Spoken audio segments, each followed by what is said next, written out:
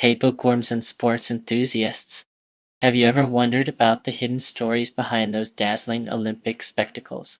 Today we're pulling back the curtain on the controversial history of the Games, exploring their complex relationship with politics, power, and social injustice.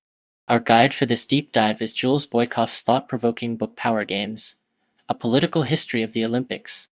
The Olympics, not so pure, not so simple.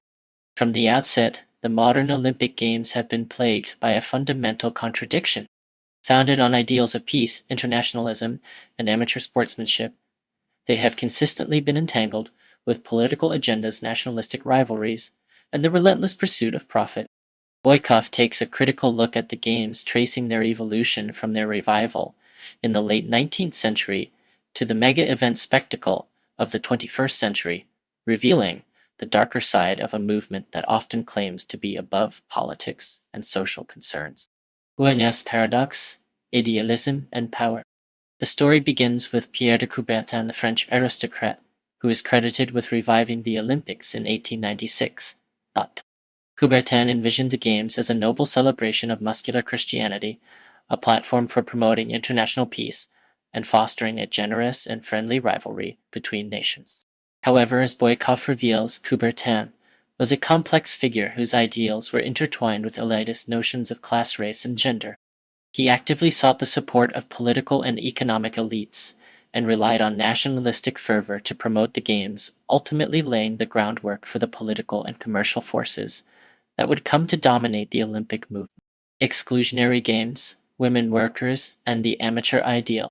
From the very beginning, the Olympics were not truly inclusive. Coubertin vehemently opposed the participation of women, arguing that they were too frail for strenuous sports, and that their rightful place was cheering on their son. He held similarly antiquated views on race, believing in the superiority of certain races and promoting a hierarchical moral order. Coubertin also clung to the rigid amateur ideal inherited from 19th century British sporting culture, which effectively excluded working-class athletes from competing and reinforced the class divide within the Games.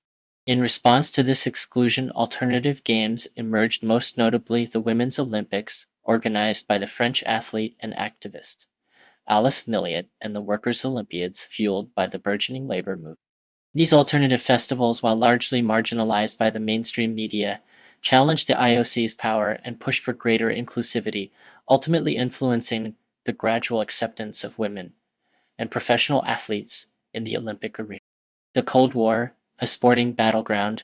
The Cold War transformed the Olympics into a high-stakes battleground for national prestige and ideological supremacy.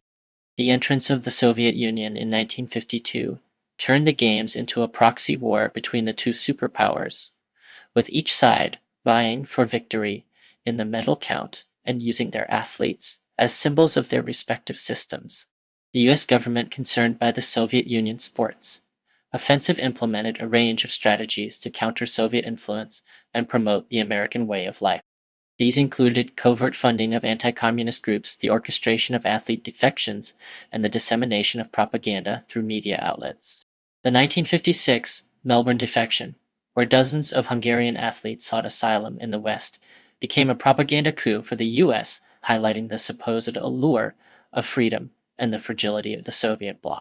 Celebration Capitalism, the Olympics on steroids. By the late 20th century, the Olympics had become a commercial juggernaut driven by lucrative television deals, corporate sponsorships, and the insatiable desire for profit.